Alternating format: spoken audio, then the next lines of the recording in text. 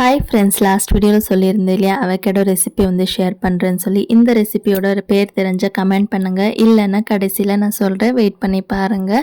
இது பண்ணுறதுக்கு 2 பழுத்த அவகேடோ வந்து எடுத்திருக்கு. இதில் டேஸ்ட் வந்து அவ்வளோவா நல்லா இருக்காது, அதனாலேயே நிறைய பேர் விரும்பி சாப்பிட மாட்டாங்க. பட் இதில் ஹெல்த் பெனிஃபிட்ஸ் நிறையவே இருக்குது. கண்டிப்பாக கூகுள் பண்ணி பாருங்கள், அவ்வளோ ஹெல்த் பெனிஃபிட்ஸ் இருக்குங்க. அண்டு சாப்பிட்றதுக்கு ஜூஸ் எப்படி இருக்குமோ எனக்கு தெரியாது, பட் இந்த ரெசிபி வந்து என்னோட ஃபேவரெட்டுன்னு சொல்லலாம். ஃபஸ்ட் டைம் ட்ரை பண்ணதுமே எனக்கு ரொம்ப பிடிச்சி போச்சு. அண்ட் செய்கிறதுமே ரொம்ப ஈஸி, டக்குன்னு ஒரு 10 நிமிஷத்துலேயே செஞ்சு முடிச்சிடலாம். ஃபர்ஸ்ட் அவகேடோவை கட் பண்ணிவிட்டு சீட் ரிமூவ் பண்ணிவிட்டு அந்த ஃப்ளஷ் எல்லாமே ஒரு பவுலுக்கு ட்ரான்ஸ்ஃபர் பண்ணிக்கோங்க. இப்போ ஒரு ஃபோக் வச்சு நல்லா மேஷ் பண்ணி விட்டுக்கோங்க, ரொம்ப ஈஸியாக இருக்கும் மேஷ் பண்ணுறதுக்கு.